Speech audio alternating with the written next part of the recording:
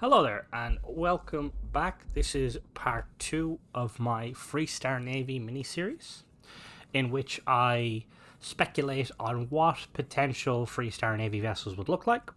So if you haven't seen the intro trailer or episode 1, I will link it in the description. There's going to be a little playlist. So today we're going to be looking at the second Corvette vessel that was put forward. This vessel was put forward by Stroud Ecklund.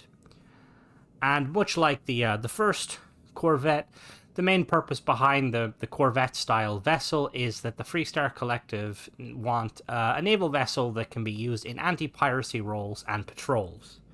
So the main kind of requirements is that it would be an A-class vessel, no larger than 20-ish meters, 20, 25 maybe. It has to hold a small crew, and it has to have a smallish fuel tank and a small profile. It's mainly going to be using for patrolling the Freestar systems. It's not going to be making much out-of-system jumps. If it does make out-of-system jumps, it doesn't need to go very far.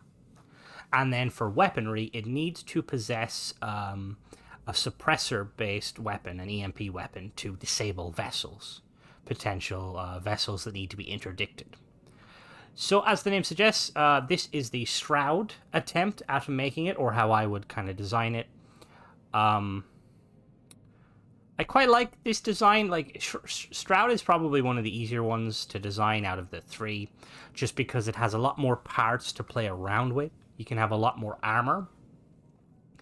I quite like the use of the way I use the cockpit on this. It feels really weird saying I like the way I did this. I feel like obviously because I made this, slightly biased, but I think it all in all it turned out quite well. It has that signature Stroud shape. I'm trying so hard not to say Shroud, but it has some slight differences. The main reasoning behind this is I want to make each ship unique and look like something that is purpose made for the Freestar Collective. Kind of like how, like in real life, you can't buy like dedicated warships unless you're a country. So if we look at the stats of the vessel, it's got a fuel of 200, which again, that's kind of the kind of the sweet spot generally. Like I was saying in the introduction, you don't really need to go far with this ship. Its main purpose is to patrol systems, so like it could be patrolling Narian or Aquila, or Cheyenne rather. So like it just doesn't have to do much out of system jumping. It's got a hull of 803, which is, I believe it is the weaker of the three Corvettes. And it's only got a cargo capacity of 300. Hope Tech has them beat in this regard. So as opposed to looking at our actual modules, we've got an A-class reactor with 33 power. Now, when I built these ships, I only used the materials and modules that were available at the main headquarters of each ship manufacturer. And luckily for Stroud Ecklund, at their Star Yard, they had the best A-class reactor in the game, so obviously we went with that.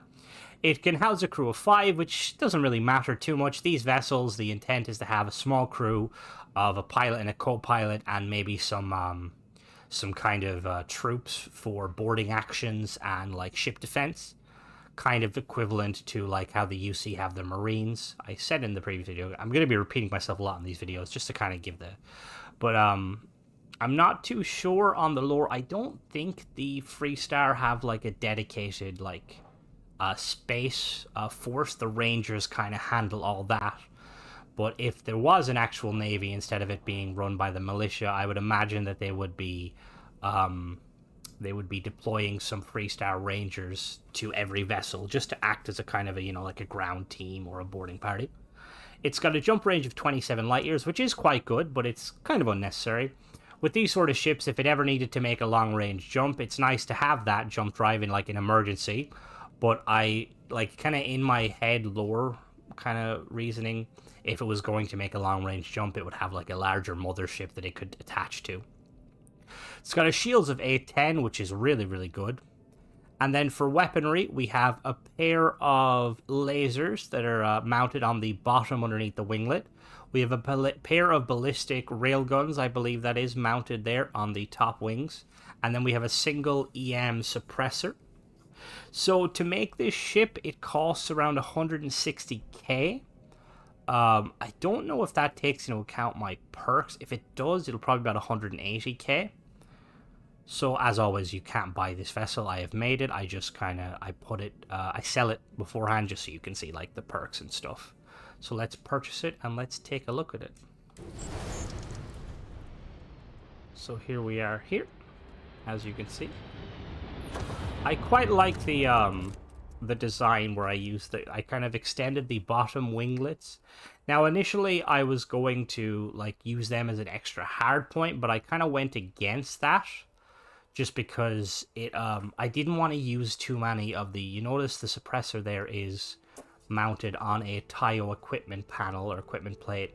I don't want to use too much of them because they're not technically Stroud Ecklund, but I feel like at the same time they're kind of needed. If I was going to kind of use more of them, I would definitely mount two at the front there and then extra weapons. So we've got that... Oh, nice, my spraying was even worse. Nice.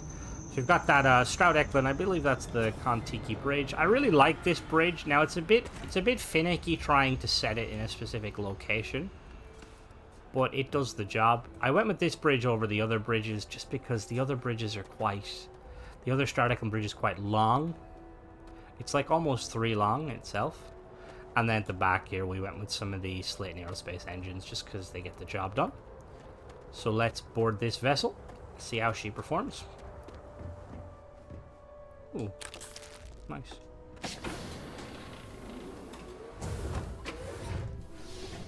So the main purpose of these vessels from an interior is... Oh my god, there's a lot of people. So there's a bit of a variety between each of the kind of vessels. So this one I went with an infirmary just because I felt like it was kind of handy to have, with Stroud Ecklund being more kind of like general purpose with their vessels. So we've got that infirmary if you need to like, if the ship ever needs to like take on like wounded individuals or anything like that. And then over here we have the control station. This is kind of where the crew, some of the crew would stay, and more so the boarding crew, like the kind of the ship defenders, like so the equivalent of like the UC Marines when they're stationed on ships. So that being said, I really wish there was like more habitat modules that are more just like kind of seating. This is kind of does the job. And then if we come back this way and we go up here, we have a little... Guys, please. Good to see you. Please, thank you. We go up here, we have the armory, which I feel like is adequate. We need an armory. A lot of storage space here. And then we have the docking port there if we need to do some interdicting. And then if we come here, we have the bridge up this way.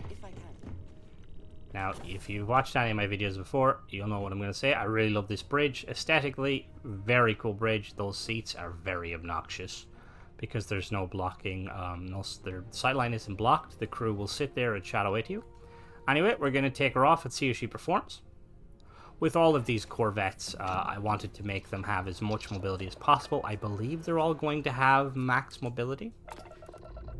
And with A-Class... A-Class engines are going to have max base speed as well of 150.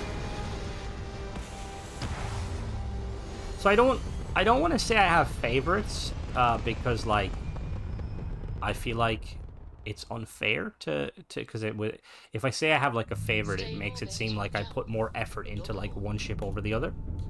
Why are my shields down? I don't know why the shields are down. Ignore that. As always, I have a perk that increases my power by 5, so for the sake of this review, we're not going to be using that 5 power. But as you can see, because we have the best class reactor in the game, we have more power left over, which is really nice. So weapons-wise, we've got those 2 lasers mount underneath.